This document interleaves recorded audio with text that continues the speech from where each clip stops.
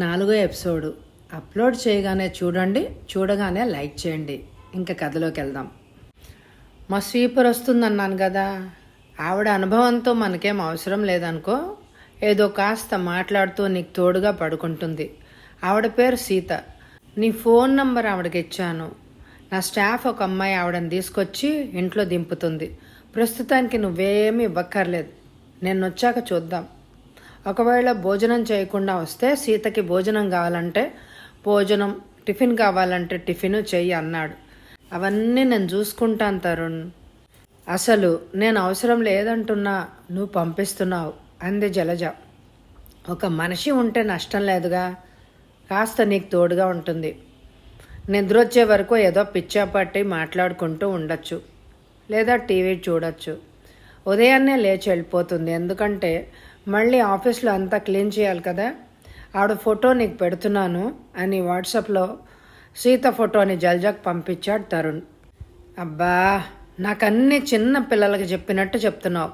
నేను పెద్దదాన్ని, త్వరలో తల్లిని కాబోతున్నాను అంది నవ్వుతూ జలజ.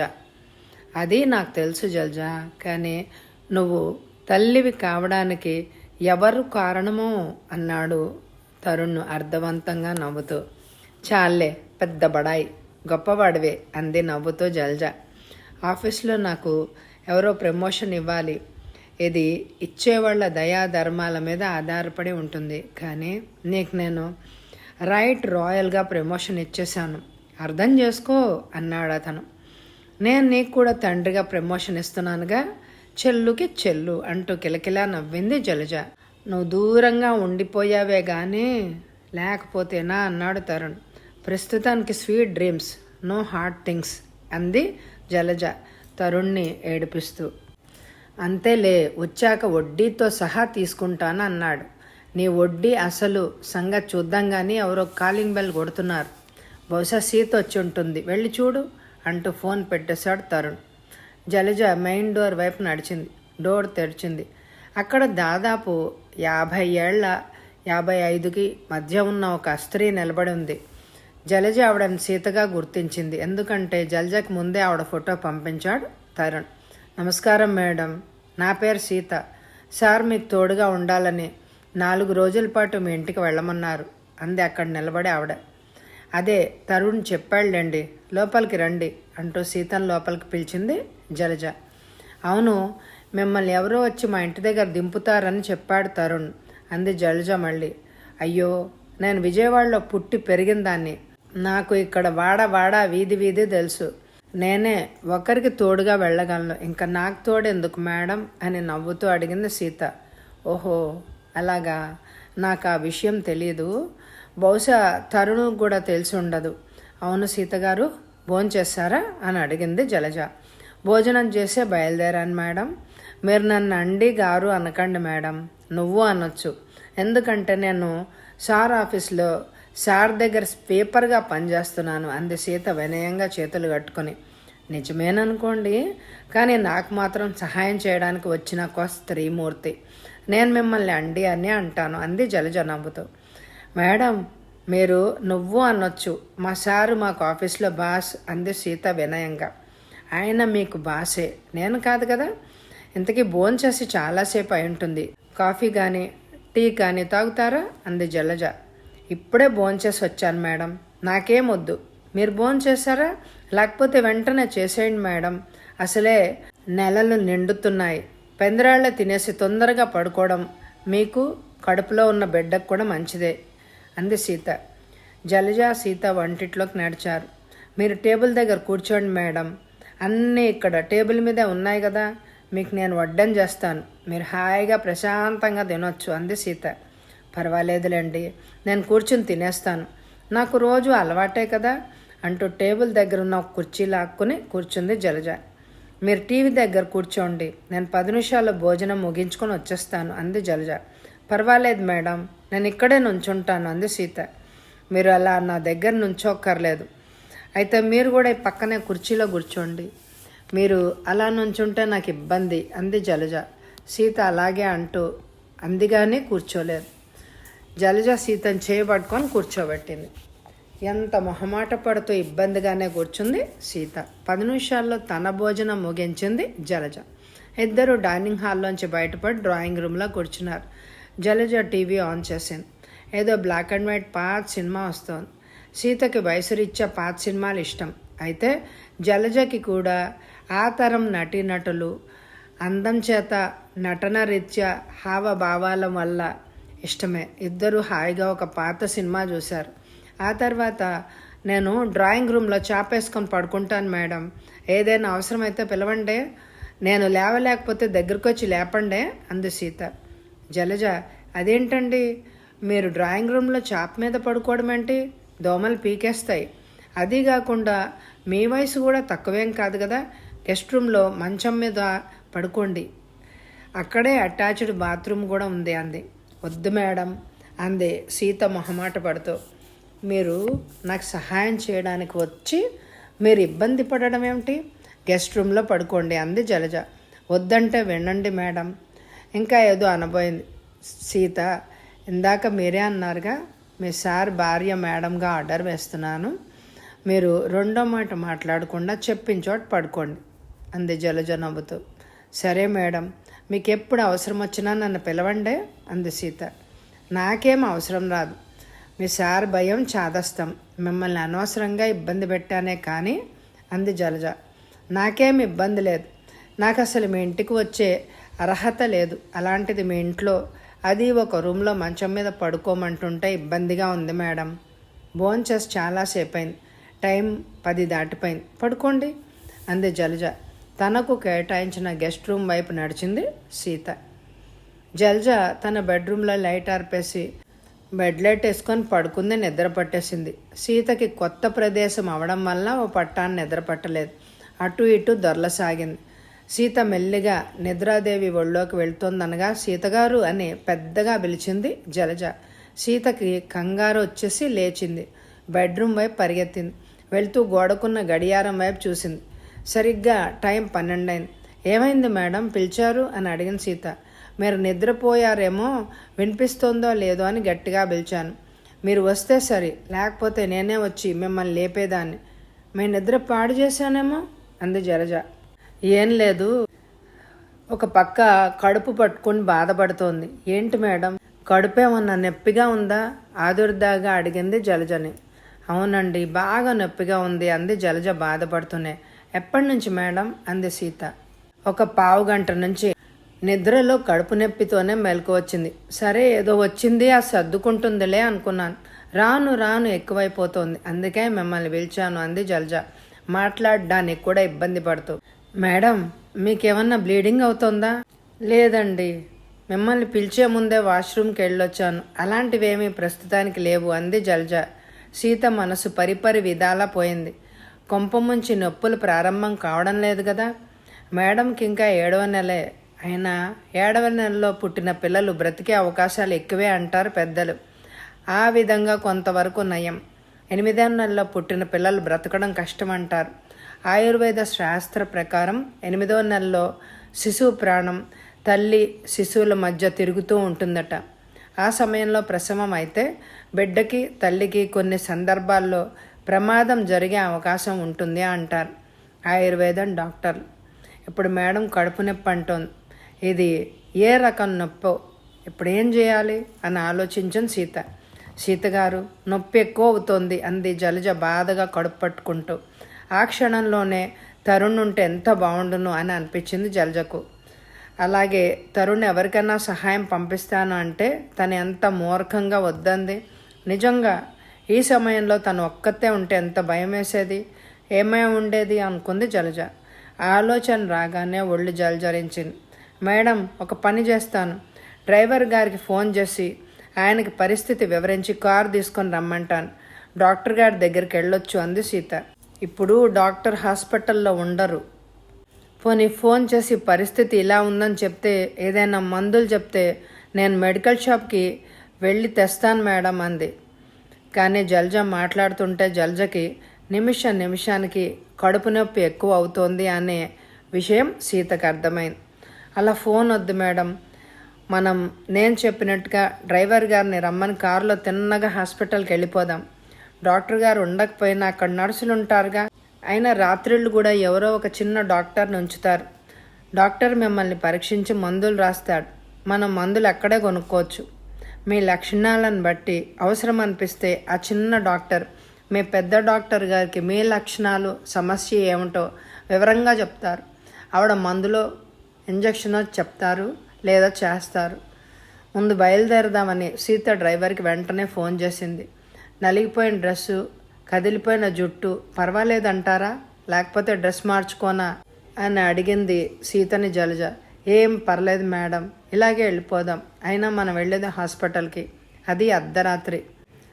సీత డ్రైవర్కి ఫోన్ చేసింది. అతను వచ్చాడు. ముగ్గురు కలిసి హాస్పిటల్కి వెళ్ళారు.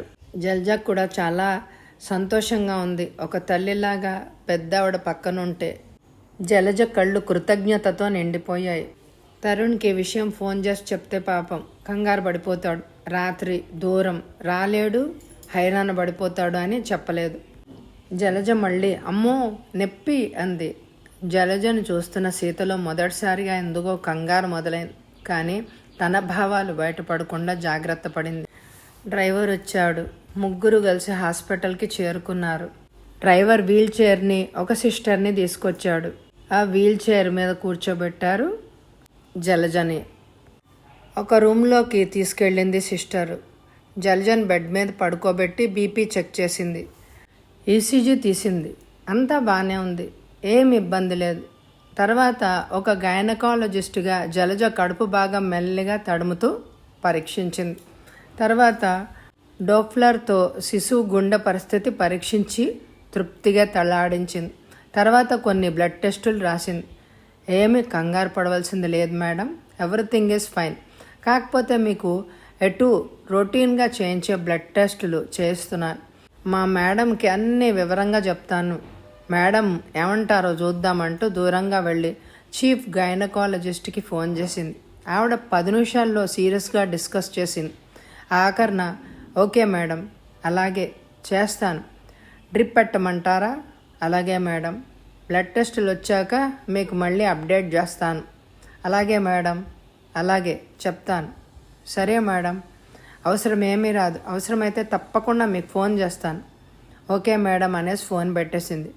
డ్యూటీ డాక్టర్ అగ్గగ్గలాడుతూ వెంటనే జలజని చూసినా, అంత అర్ధరాత్రి చీఫ్కి ఫోన్ చేసి డిస్కస్ చేసినా, అంత తరుణ్ చేస్తున్న ప్రదేశం అతని పదవి వల్లే అనేది నిర్వివాదాంశం. డ్యూటీ డాక్టర్ మెల్లగా నడుచుకుంటూ జలజ దగ్గరికి వచ్చింది. మేడం, నేను ఇప్పుడే మా చీఫ్తో మాట్లాడాను. అన్ని విషయాలు ఆవిడకి వివరించి చెప్పాను. ఆవిడకి వచ్చిన కొన్ని డౌట్స్ని క్లారిఫై చేశాను. ఆవిడ మీకు ఒక డ్రిప్ పెట్టమన్నారు అంది డ్యూటీ డాక్టర్. సెలైన్ పెట్టమంటారా అంటే మా మేడంకి ఏమీ ఇబ్బంది లేదు కదా? బాగా తగ్గించి అడిగింది సీత. ఏం లేదు అని చెప్పింది.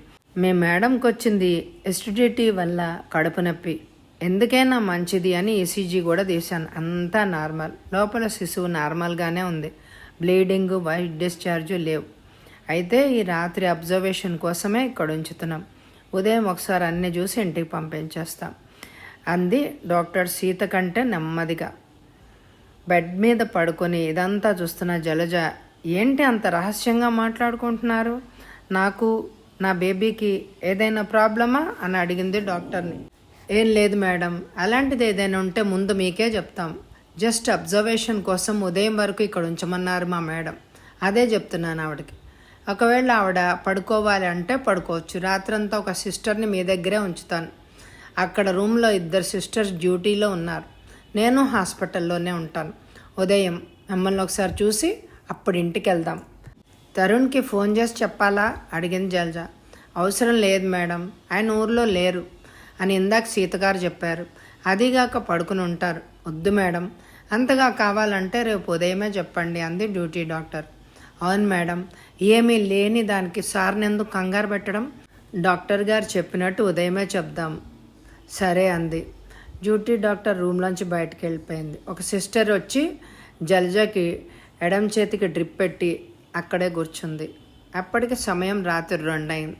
సీత కబుర్లు చెప్తూ జలజ పక్కనే కూర్చుంది. కొంతసేపటికి సీతతో మాట్లాడుతూనే జలజ కళ్ళు మూతలు పడ్డాయి. కొన్ని నిమిషాల్లో జలజ నిద్రలోకి జారుకుంది. సీత లైట్ ఆఫ్ చేసి రూమ్కి ఉన్న డోర్ దగ్గరగా వేసి పక్కనే ఉన్న బెడ్పై నడుము వాల్చింది. ఆవిడకు కూడా తెలియకుండా నిద్రలోకి జారుకుంది. ఉదయం లేస్తూనే తరుణ్కి ఫోన్ చేసింది జలజ. అతనికి జరిగిన విషయం అంతా పూసగొచ్చినట్టు చెప్పింది. ఇప్పుడు ఎలా ఉంది జలజ? అసలు రాత్రి ఎందుకు ఫోన్ చేయలేదు అని అడిగాడు తరుణ్. అతడి గొంతులు ఆదుర్దాతో కూడిన ప్రేమ స్పష్టంగా ధ్వనిస్తోంది. రాత్రి ఫోన్ చేసి నిన్ను కంగారు పెట్టడం ఎందుకని ఫోన్ చేయలేదు. ఎటు హాస్పిటల్కి వచ్చేసాను కదా, ఇప్పుడు బాగానే ఉంది. కడుపు నొప్పి తగ్గింది. కొంతసేపట్లో డాక్టర్ గారు వస్తారట. బహుశా ఆవిడ వచ్చిన తర్వాత ఇంటికి పంపించేస్తారా అనుకుంటున్నాను అంది జలజ. చూసావా, ఇంట్లో ఎవ్వరూ లేకపోతే నువ్వు ఎంత ఇబ్బంది పడేదానివో. ఆ విషయం తలుచుకుంటేనే భయం వేస్తోంది. నేను ఎన్నిసార్లు చెప్పాను, ఎవ్వరు అక్కర్లేదు, నేను ఒక్కతినే ఉండగలను, నాకేం భయం అన్నావు. గర్భవతి అయిన స్త్రీని నెలలు నిండుతూ ఉంటే ఒక్కదాన్ని వదలకూడదని, ముఖ్యంగా ఆడవాళ్ళు తోడుండాలని పెద్దవాళ్ళు ఎందుకు చెప్తారంటావు? ఒక్కొక్కసారి అనుకోకుండా ఇలాంటి పరిస్థితులు వస్తాయనే. పాపం సీత నా మాటకు విలువ ఇచ్చి మన ఇంటికి వచ్చింది. సమయానికి ఇంట్లో ఉంది కనుక పెద్ద ప్రాబ్లం నుంచి ప్రత్యక్షంగా నిన్ను, పరోక్షంగా నన్ను రక్షించింది. లేకపోతే ఎంత ఇబ్బంది పడేదానివో తెలుసుకో. ఇక నుంచి అయినా నేను చెప్పిన మాట వెంటనే నేర్చుకో అన్నాడు తరుణ్ కోపంగా, ప్రేమ మేళవించిన స్వరంతో. అలాగే తరుణ్, నాకు ఒక్కసారి తెలిసొచ్చింది. ఇక ముందు నుంచి జాగ్రత్తగా ఉంటాను అంది జలజ. సరే, డాక్టర్ వచ్చిన తర్వాత ఒకసారి ఫోన్ చేయి, ఆవిడతో మాట్లాడతాను అన్నాడు తరుణ్. ఓకే అంది. ఆవిడ రాగానే ఫోన్ చేస్తాను. ఒకసారి హాస్పిటల్కి వచ్చిందంటే ఇంకా 2 వరకు ఇక్కడే ఉంటుంది. అయినా నా సెల్కి చేసేటప్పుడు ఎప్పుడైనా చేయొచ్చు అంది జలజ. అలా అని కాదు, ఎంత సెల్ అయినా ఆవిడ ప్రైవేట్ లైఫ్ని డిస్టర్బ్ చేయకూడదు. హాస్పిటల్లో ఉండేటప్పుడే మాట్లాడాలి. అర్జెంట్ అయితే ఎట్టూ తప్పదనుకో అన్నాడు తరుణ్. ఇంతకీ నీ పనులు ఎంతవరకు అయ్యాయి? ఎప్పుడొస్తావు అంది జలజ. ఏది, నిన్ననేగా నేను వచ్చింది. కనీసం 2-3 రోజులు పట్టచ్చు. మా అమ్మ కూడా నీతో ఏదో మాట్లాడాలి అని అంటున్నారు. అదేగా నిన్ను మీ ఇంటికి తీసుకెళ్లే విషయం. మామయ్య గారు చెప్పారుగా, చాలు. ప్రతి మనిషి చెప్పాలంటే అక్కర్లేదని చెప్పు అన్నాడు తరుణ్. నేను చెప్పేది వింటారేంటి? ఏమీ వినరు. అయితే మామూలుగా ఫోన్ చేయొచ్చుగా. మీ అత్తగారు నీట్ అయిపోయలే. నువ్వు మన ఇంట్లో ఉన్నప్పుడు నీకు వీలైన టైంలో ఫోన్ చేసి చెప్పమని నాకు చెప్పారు అంది జలజ నవ్వుతూ. పోనీలే, అల్లుడంటే ఆ మాత్రం భయం ఉండాలి అన్నాడు నవ్వుతూ. దశమగ్రహం అంటే భయపడని వాళ్ళు ఎవరుంటారు బాబు? ఏ అత్తకి ఏ మామకి భయం ఉండదు అంది జలజ నవ్వుతూ. మరి ఎక్కువగా నవ్వకు, మళ్ళీ కడుపు నొప్పి రాగలదు అంటూ జలజని సున్నితంగా హెచ్చరించాడు తరుణ్. నవ్వనులే, మళ్ళీ కడుపు నొప్పి వచ్చిందంటే ఇంకొక 1 వారం రోజులు హాస్పిటల్లో పడుకోమంటారు డాక్టర్ గారు అంది జలజ. తెలుసు కదా, జాగ్రత్త. సరే, నువ్వు ఫోన్ చేసిన తర్వాత నేను డాక్టర్తో మాట్లాడతాను. సిస్టర్ని కనుక్కొని ఆవిడ ఎప్పుడు ఖాళీగా ఉంటుందో చెప్పు. నువ్వు మర్చిపోకుండా ఫోన్ చెయ్యే అన్నాడు తరుణ్. అలాగే, కనుక్కుంటాను, మర్చిపోకుండా ఫోన్ చేస్తాను అని ఫోన్ డిస్కనెక్ట్ చేసింది జలజ. ఉదయం 8 అయ్యేసరికల్లా డాక్టర్ శైలజ హాస్పిటల్కి వచ్చింది. వచ్చి రాగానే తిన్నగా జలజ రూమ్లోకి వెళ్ళింది. ఆవిడ వెనకాల ఉదయం వచ్చిన డ్యూటీ డాక్టర్, ఒక సిస్టర్ వచ్చారు. మేడం, ఎలా ఉన్నారు? నిన్న రాత్రి వచ్చారట కదా, ఏంటి బాగా కడుపు నొప్పి వచ్చిందా? అయితే బ్లీడింగ్ లాంటి ప్రాబ్లం ఏమీ లేవు కదా అంటూ పలకరించింది డాక్టర్ శైలజ. ఇప్పుడు బాగానే ఉంది డాక్టర్ గారు. రాత్రి బాగా కడుపు నొప్పి వచ్చింది, చాలా భయం వేసింది, అందుకని హాస్పిటల్కి వచ్చేసాను. నేను రాగానే ఒక డాక్టర్ గారు చూశారు. మిమ్మల్ని నిద్ర నుంచి లేపి అనవసరంగా ఇబ్బంది పెట్టినట్లున్నారు అంది జలజ. ఇబ్బంది ఏముంది మేడం? మీరు అవసరం లేకుండా అంత రాత్రి వేళ హాస్పిటల్కి రారు కదా. పేషెంట్ అక్కయ్య అవసరం వచ్చినప్పుడు నేను ఇబ్బంది అనుకుంటే ఎలాగా? డాక్టర్ ఉన్నదే పేషెంట్లకి ట్రీట్ చేయడం కోసమే, సహాయం కోసం. మీరు ఎప్పుడు అసలు అలా అనుకోకండి మేడం. ఇంతకుముందు కూడా మీకు చెప్పాను, మీరు హాస్పిటల్కి ఎప్పుడైనా రావచ్చు, ఎప్పుడైనా ఫోన్ చేయొచ్చు. నాకు అసలు ఎటువంటి ఇబ్బంది ఉండదు అంది శైలజ. థ్యాంక్స్ డాక్టర్ అంది జలజ. జలజని పరీక్షించడానికి ఉపక్రమించిన డాక్టర్ అన్ని రకాల పరీక్షలు చేసింది. తర్వాత రిపోర్ట్స్ అన్నీ పరిశీలించింది. ఫిజికల్గా మీరు నార్మల్గా ఉన్నారు, రిపోర్ట్స్ కూడా అన్నీ బాగానే ఉన్నాయి, ఎక్కడ ఏం తేడా లేదు. మీకు కేవలం ఎసిడిటీ వల్ల వచ్చింది ఈ నొప్పి. అజీర్ణం చేసో కడుపు నొప్పి వచ్చింది, మీరు ఇంటికి వెళ్ళిపోవచ్చు. వారం తర్వాత ఒకసారి రండి. కథ వచ్చే ఎపిసోడ్లో కొనసాగుతుంది. ఈ ఎపిసోడ్కి ఎక్కువ లైకులు ఇవ్వండి. Thank you very much my dear friends.